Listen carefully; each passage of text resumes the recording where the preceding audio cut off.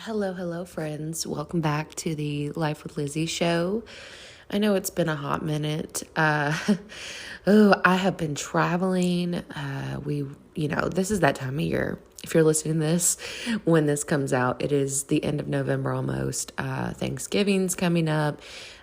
It's just that time where you're visiting family and traveling a lot. And so we have been traveling kind of like all over the place. And then not only that, next week is Thanksgiving. And then the week after that, we have to move. So it's just, life is crazy as always for me. But this is a episode that I've had a few people actually tell me I should do. And I have held off because I'm not going to lie, like y'all might not be able to tell it in my voice, but I have already been crying this morning. It is literally 6:45 in the morning. I wake up super early, having to use the bathroom. Listen, hashtag pregnancy problems is like my body's on clockwork. And I got up and just had read some things online that kind of put me back into a place where I was a year ago. So this is going to be about like my birth story and just kind of how I feel about everything that happened. I want to preface this with the things I say because I know I'm going to say some things. I know I don't want to come across like I'm trying to give any advice or tell you what to do or condone anybody that has made the same decisions as me. It is just based off of my experiences, my truth, how I felt going through the motions of what I went through, pregnancy and having a baby and postpartum with my first son. And actually, I will add some things on how I feel this time because I am pregnant again. I'm in my second trimester. And so we are inching closer and closer to that, time where the baby is going to come. And I think that's what's also keeping a lot of these emotions going on inside of me. But also the fact that I got pregnant before my son even turned a year old. So I never really had enough time, I felt like, to process the trauma of what happened during my birth. And not only that, just the whole chain of events. So I do have an entire YouTube video. Actually, I have two YouTube videos. I have my induction video. So if you guys ever want to go watch that, those will probably have a little more clear. I don't even think I want to watch it because I feel like watching it will make me feel the PTSD. And I know that's really sad, but I don't even think I could watch that video. And that's on my YouTube called Lizzie and Little, just like my Instagram and TikTok.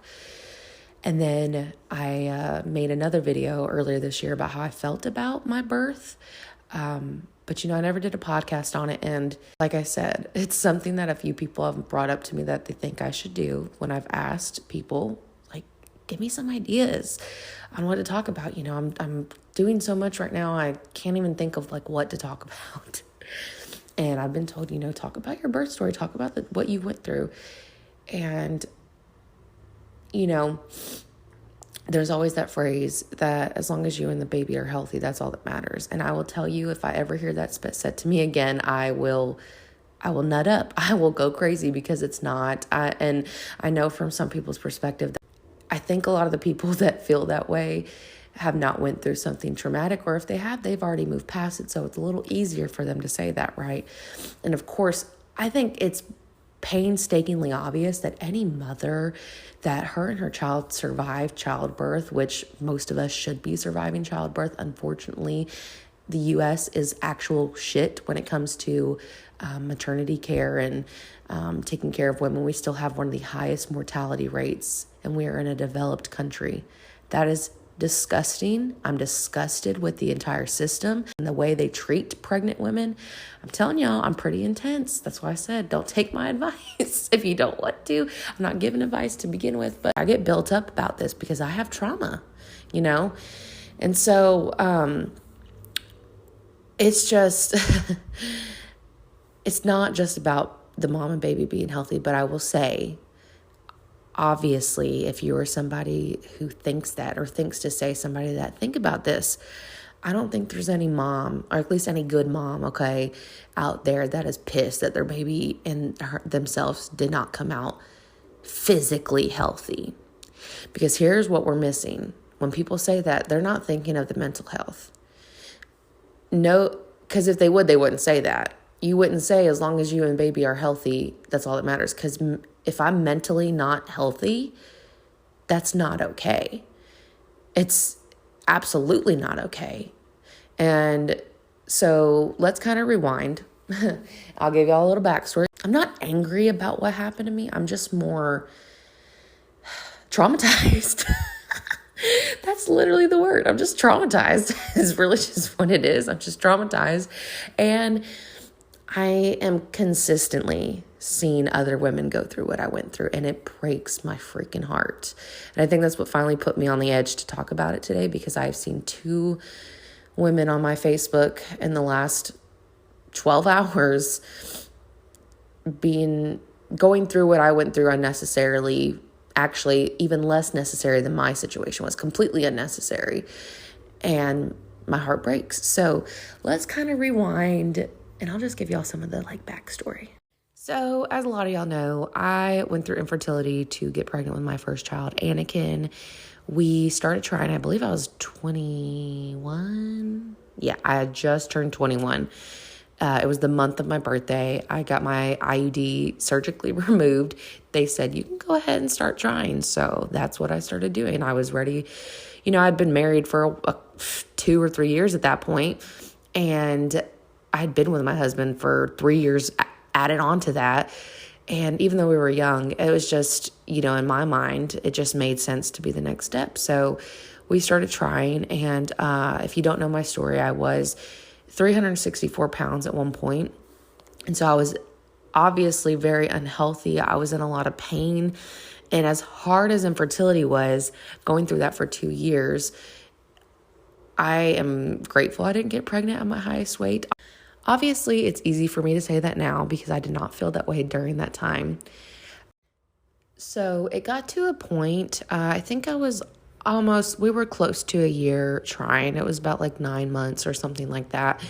And I honestly would say the first year I almost feel was harder than the second year, just because you really go into trying for a baby thinking it's just going to happen, because that's what they tell you in high school. They're like, if you don't wear a condom or use birth control, you're literally going to get pregnant this first second you see a boy.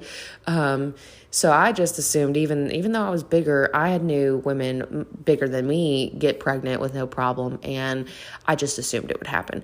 But 9 months go by, it didn't happen. And I finally was just at a point where I was physically not feeling good. I was in so much pain being at the age I was.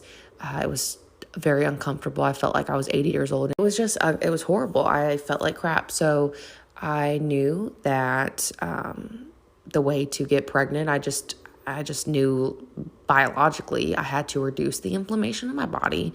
I wasn't having regular periods unless I was taking CBD. CBD did regulate me, thankfully. I think that was a huge factor into me getting pregnant eventually anyway, was cannabis. But in general, my body was just not operating right. So I started focusing on my health. And my son, obviously it was for me, but it was also that motivation to have my son, because I knew that was the answer for my situation. So another year goes by, I lose 50 pounds, and I get pregnant with my son. And I'm still a big girl, I'm 315, something like that. But, I'm young. Pre-pregnancy, my blood pressure was great. My blood sugar, everything. Yes, my weight was up there. And if I continued, it would have, it could have got worse again. But at the time, I was taking such good care of myself. I was eating very healthy. I was actually exercising, just not even eating fast food or anything like that. I was being very, very healthy right before I got pregnant with my son. And I got pregnant with him. And the first trimester, I had some morning sickness here and there. I only threw up 3 times the entire time I was pregnant with him. Once in each trimester, literally. And there were some few times I felt really crappy, but overall, I was okay. Well, second trimester comes around and I start to develop high blood pressure. Obviously, number one, I'm plus size, so that's going to raise the first red flag. Number two, just having high blood pressure, especially as early as I developed it, was a huge red flag. So what they had started doing, and this is the part where I'm like, I'm not giving you medical advice or telling you what you should and shouldn't do, but they were scared of preeclampsia. There have been obviously women that get it in the second trimester, have to have their babies at like 24 weeks because their blood pressure is out of control. So what they decided to do was put me on blood pressure medication, which I started taking. That actually did keep my blood pressure under control for the majority of my pregnancy. From there on out, I took my blood pressure medicine every single day. And then they decided to do a urine panel where they test for the protein in your urine. So it's actually like a 24-hour thing. You take this big pee jug home with you, and you have to like put your pee in it every single time you pee for 24 hours. And I brought that back. I'm assuming they expected me to show other signs of preeclampsia. However, I did not. I never had protein in my urine, not once at any of my appointments. I never had swelling. I did have headaches while I was pregnant. Honestly, I've always been prone to headaches. I've literally always had headaches since I can remember. Even in high school, I used to come home and like go to sleep because my headaches used to be so bad. I'm getting headaches now. That's just literally a normal part. But I never had any other signs besides the blood pressure. And it even happened to my cousin. I have a cousin who, now her blood pressure wasn't as high as mine or didn't develop as early, but her blood pressure started elevating towards the end of her pregnancy. But, her whole situation was treated a lot different than me because I am plus size. And I have even been told by other people in the medical system that a lot of doctors are fat phobic. Unfortunately, I do understand that being fat, and I'm okay with calling myself fat, y'all. I know people get their panties in a wad about calling myself fat, man. I am fat. I am beautiful, and it is okay. So, being bigger typically has its other risks, but there's women that are 120 pounds that can develop preeclampsia at 25 weeks and be a totally different scenario than I was. So, I didn't necessarily feel like I was being completely treated different because of my size, but now looking back and seeing other people's experiences, I was like, well, we continued to kind of treat me like this because then what ended up happening, like I said, no signs, blood pressure. And I know high blood pressure can be deadly, but it was completely controlled with medicine, So we get to this point, I'm like 30 something weeks where they're like, okay, well, we're going to do biophysical profiles, which is basically like an ultrasound checking on fluid levels, baby's growth and stuff like that, or I don't know, a bunch of other things. We're going to start doing those every week, and you're going to get 2 NSTs a week. The NSTs is a non-stress test. You go to the hospital and they strap you up and check on the baby's movement and heartbeat for like 30 minutes? I can't remember how long it is. I had to do those for like 6 weeks, 2 NSTs a week and an ultrasound.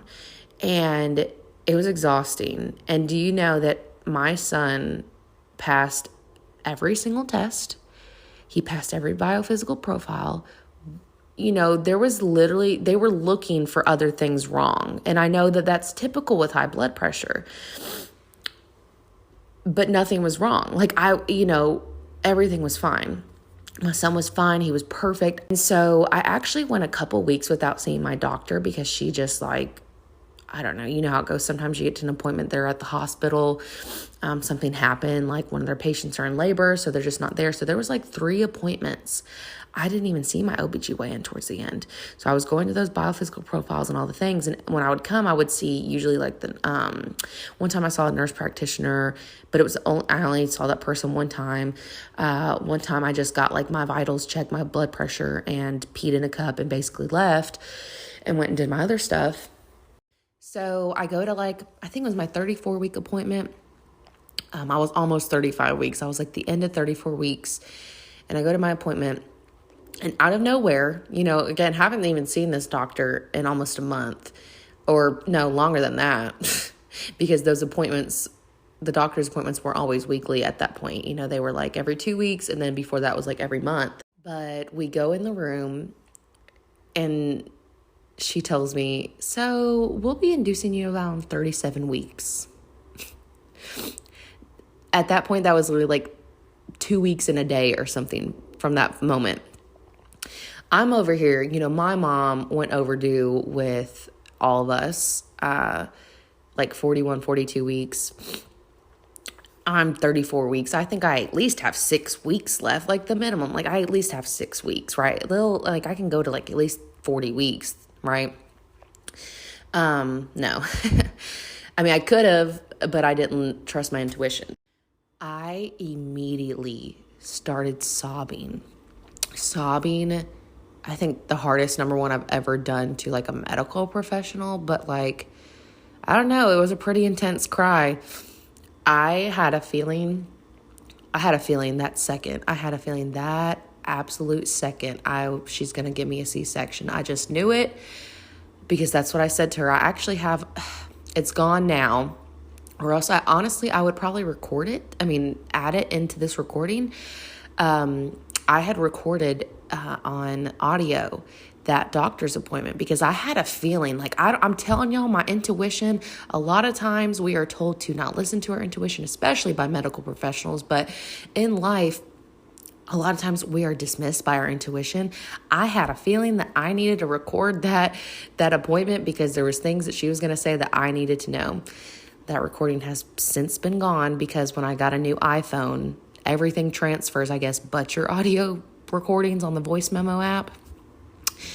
Unless I can find it, it's gone in history. But it was like a 30-minute freaking clip because I was in there just crying to this woman and telling her, I wanted a natural birth. And she's like, well, and she didn't even say we would go straight to a C-section. Obviously, she's like, well, we'll do an induction. She said, and I know these words because they're like engraved in my freaking brain, what this woman has said to me. She said, if it ends in a C-section, it's okay. She said, I've had 2 C-sections myself. Oop, red flag. Huge red flag. Red flag. I hate when people say that. Stop saying that to women. Stop saying you had a C-section and you're okay with your decision, because not every woman is okay with that decision. Not every woman is comfortable with that decision. Huge red flag. And I just knew, I'm telling y'all, I told her, I said, I don't want a C-section. I don't want a C-section. I have a feeling I'm going to have a C-section. It's not going to work out. And when I told her I wanted a natural birth, she said, what does a natural birth mean? Like, moment of silence. R.I.P. my birth plans. R.I.P. what matters to me, And I was basically scared into, because of my size, because she said she was scared if I went into natural labor that I would, my blood pressure would skyrocket and, just these cascade of things. And so at that point, I was just so frightened that I didn't think I had it. I mean, I know I had a choice. I just didn't think I did. And so 37 weeks comes around and we, go to do the induction. And actually the beginning half, like the beginning parts of the induction, we were very hopeful. I was actually shocked. It was very painful. I will say that's the other traumatic. It's not just the C-section that I went through. I literally went through all of the things. I went through labor. I went through, contractions. I went through them shoving a Foley balloon in my cervix, which is so painful. That is, that was trauma. I promise that I had to birth a Foley balloon. It was horrible. I had the bloody show. I was on Pitocin. They broke my water.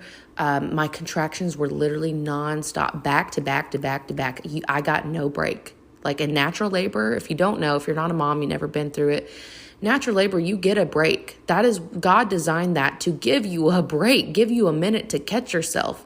That is exhausting. That is a muscle consistently working over and over and over and over again. Of course you need a break. It's a marathon, it's not a race. And they had me on the highest level. I think it was 18. I can't remember if that's how high it goes, but I know it was the highest level they could put me on Pitocin, which blows my mind that they even did that, actually, because I've read some things and done some research, and I'm still shocked that they did that to me. It feels like you're dying. And I don't mean to scare anybody about that when it comes to natural labor, because it's not the same. It is completely different. It is not the same whatsoever. It is literally your uterus is just nonstop contracting, and it's painful. It hurts. And I was not dilating past a 5. And, they would not let me get out of bed. It's just so many things. And I'm not here to victimize myself. I'm just giving you guys like the backstory. Again, if you want to see more of the intense details, which I probably honestly didn't even share on the induction video because I didn't realize in that moment that I was not being treated the way I should have been treated. But it was just, nobody was there to help me. Nobody was there to advocate for me. Nobody was there to even inform me. I had no idea. I had no plans to get an epidural. But those contractions, I felt like I was going to black out because my body had no time to rest at all. I couldn't even breathe because it was back to back to back to back over and over and over and over again for like an hour. Well, longer than an hour. They had given me, my back was hurting because they literally would not let me out of bed. And those hospital beds are very uncomfortable. And I was in that hospital for a couple days. My induction was like a whole 4-day process that failed. And I had my son on the 4th day. So my back was just killing me, like just sore from being in bed. I'm 9 months pregnant, like a big old baby, putting pressure on my back. And y'all have me laying back in a hospital bed. So I asked for some type of pain medicine that wasn't epidural. So they gave me Stadol, I think is what it's called. And it helped me just nap. It helped me just rest.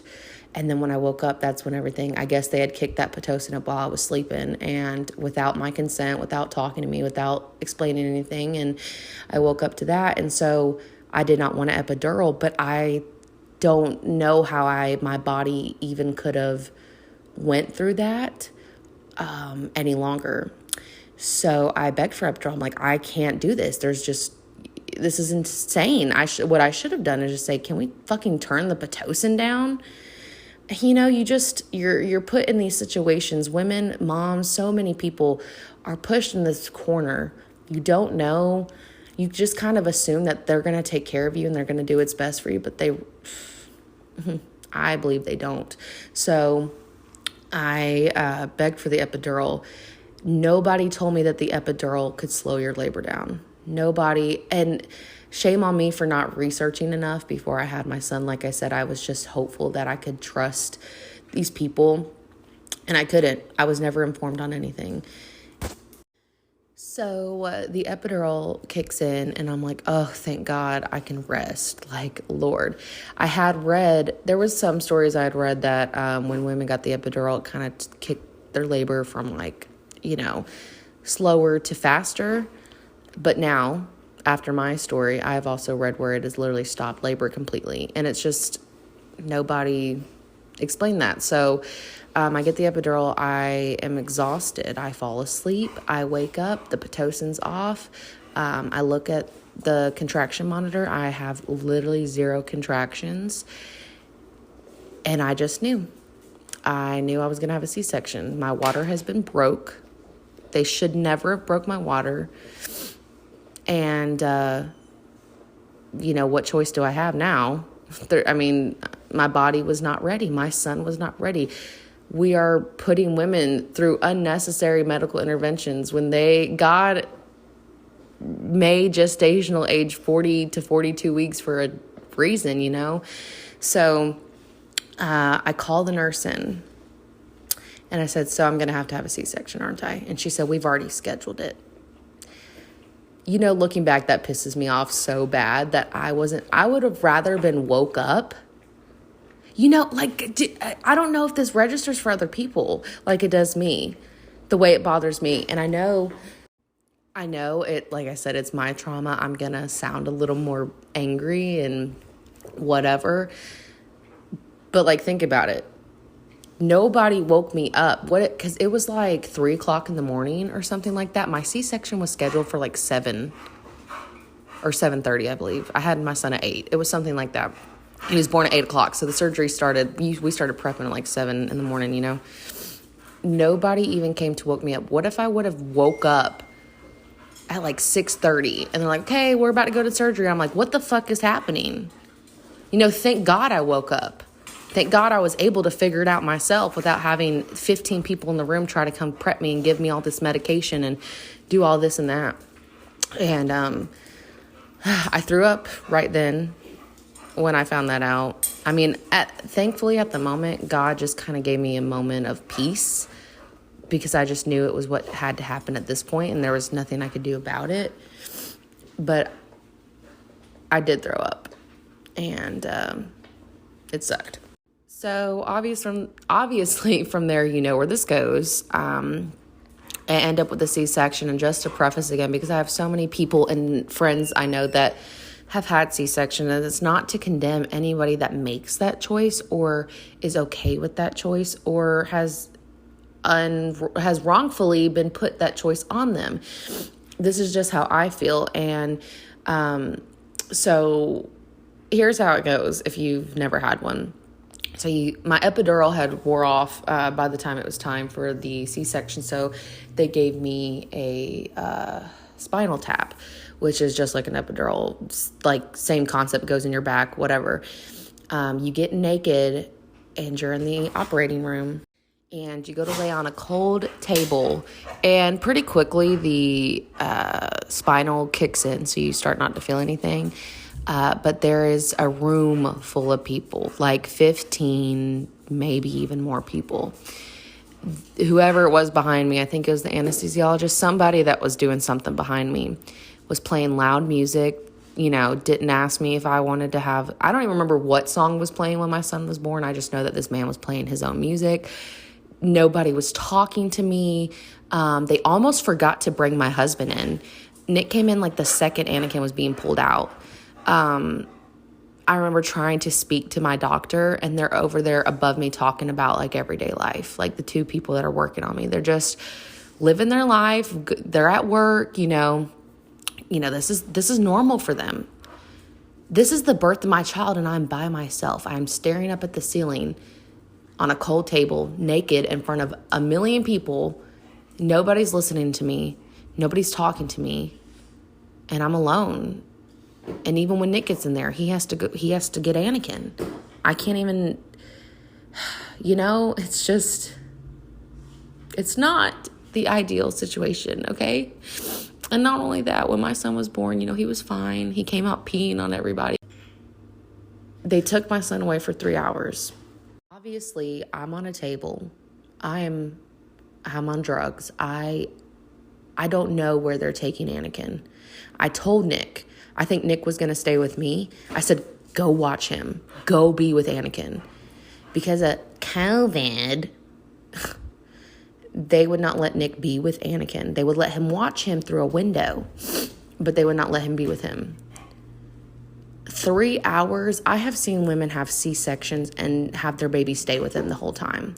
So I don't know what went different with me, why, I just don't know what's going on. Did I know it was going to be 3 hours? No, I thought they were going to stitch me up and we're just going to go meet Anakin 45 minutes, whatever, however long it had to take. But that just did not happen. And so 3 hours go by, we finally get in the room, and we're just waiting on my son. And that in itself goes completely against nature. And I know there's situations where moms do have to be separated from their babies for legitimate reasons, which I feel for.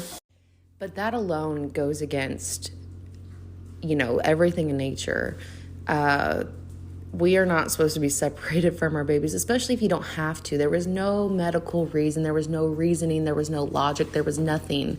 So my entire experience, I just felt was a shit show. And I am thankful my son is fine. We are fine now.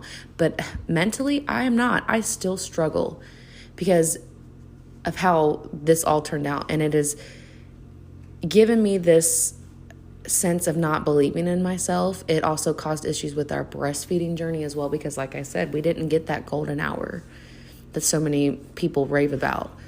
We were separated. God knows, I'm sure they gave him formula in the nursery, even though I said not to, because who's going to let a newborn go 3 hours without eating anything? You know what I'm saying? I just didn't know. And at the same time, I'm on a table. I can't go chase after my baby.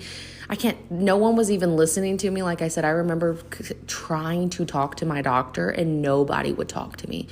And that's just, I feel like I'm going to cry just thinking about it. That is so, it's horrible. It's just not something I would wish on somebody, to feel like nobody's listening to you while you're giving birth to your baby. It's horrible. So that was my experience. And it's given me this sense of, I got pregnant not too long after having my son. Like, he wasn't even a year old yet. And just makes you think, like, am I going to be able to have a vaginal birth? And am I going to be able to, have the experiences that are on my heart? Because there are people that will continue to tell you it's okay. And you know what? If you're not okay with it, you're not okay with it. And you should never apologize or feel bad for wanting something different, or wanting a different experience, or wanting the experience of your dreams, how you always envisioned it. There's nothing wrong with wanting that and chasing after that. Because like I said, there are people that are going to tell you it's okay to have a C-section. It's okay to have an epidural. There's no medal for going unmedicated. It's okay if no. Are you the one going through it? And even if you went through something similar, you're not in my shoes. We have to come home, take care of a baby after having major surgery, typically by ourselves. We have to come home and unveil and go through the birth trauma while going through the postpartum emotions. We have to go through, do I want more kids? Am I willing to have more kids? Do I want to go through that trauma again? Because I'm terrified. I am absolutely terrified of having to go through that again. I don't want to. I would not wish the things that I felt in my experience on anyone, because for whatever reason, I feel stripped of something that I always pictured myself looking forward to. Going through infertility, I can't lie, made me feel less of a woman. It made me feel so less of a woman, and not by anything anyone said to me, not by even what society made me feel or anything like that. And I know I really shouldn't feel that way. I know that's really like a irrational type of feeling, because I am a woman. I am a full-fledged woman. I have, been able to get pregnant. I mean, even if I couldn't, I'm still a woman, but I was able to get pregnant. I was able to have a baby. I was able to produce breast milk, whether it was a small amount or not. And I have regular menstrual cycles like a woman does, all these things. But going through infertility was like I wasn't able to do the basic thing that I felt God, designed us to do. And it's just like you think it's going to come so easy, right? Like getting pregnant. So I went through that and I get pregnant. Woohoo. I'm pregnant through the whole pandemic. Keep in mind, I got pregnant in January. Everything started in February. So that was the other thing. My husband couldn't even come to these appointments with me. I had to find all that stuff out by myself.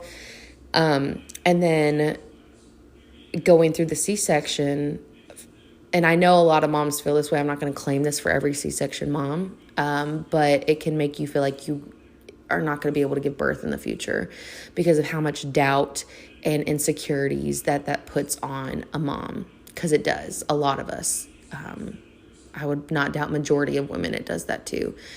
And not only that, just feeling like you can't stand up for yourself in certain situations, and just feeling like you're not heard. It was just all of those things, so many emotions of feeling like I'm inadequate and like no one's there to listen to me and no one's there to advocate for me and nobody cares because they're just collecting a check and going home. At the end of the day, the hospital is a business. They're worried about getting women in and out. That's why they schedule inductions. That's why they schedule C-sections. That's why they do this and they do that and they get you out of there, in and out. It's a business model. And that is definitely not what I'm going for this time. And I do realize, like, I have complete PTSD from it. I get that. Like, I have admitted that I have the trauma. I have issues surrounding everything that I went through, because I will tell you, when I see women on social media being induced early, sometimes for no reason, just because, oh, baby's measuring big, or, all the lies, the lies sometimes that come up in those appointments that scare mothers. Someone being told their baby's going to be 10 pounds, then come out 6 pounds, 6 ounces. It's like, wow, I would literally I would flip the fuck out. I would be so angry. Oh my gosh. I would literally cuss somebody. I would be like, you're going to pay for this bill. Like, fuck that. You told me to come here because you said my baby was big. That baby came out smaller than the average baby. Like, come on. And I've seen that happen to so many women. And, but I'm seeing time and time again, this is what I see from my perspective, women being taken advantage of by the system.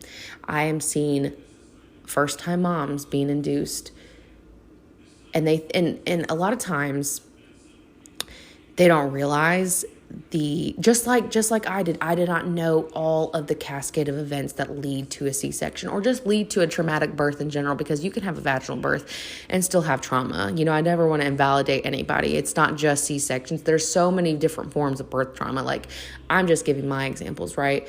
But, if your body is not ready, your body and your baby is just not ready. And you can do all the things you could try to do to force it until you have to cut somebody open and take that baby out manually. And so I'm seeing women on my Facebook and just across social media getting induced early. And from the perspective they're sharing with the world, it's for very illogical reasons. And then they're ending in C-sections. And or ending in traumatic births in general. And it's just not fair. Like, I think even though I'm still dealing with this trauma myself and just trying to figure out how I'm going to move past it for me, I sobbed this morning. I get really emotional about it because I'm like, you're taking advantage of these moms. Like, there are women that are begging not to, just like I did, that are begging these people, please, I want this. This is the birth that I am asking for. Like, how can we accomplish this? And they just dismiss the shit out of you.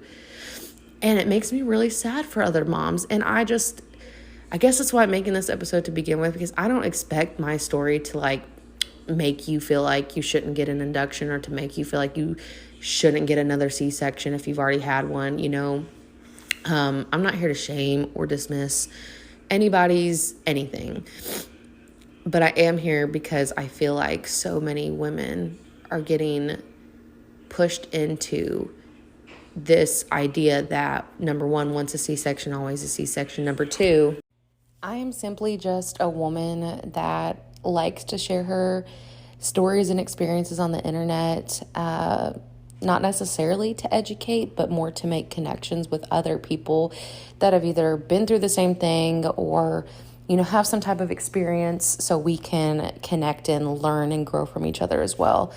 And going forward with this pregnancy now, I will tell y'all the plan.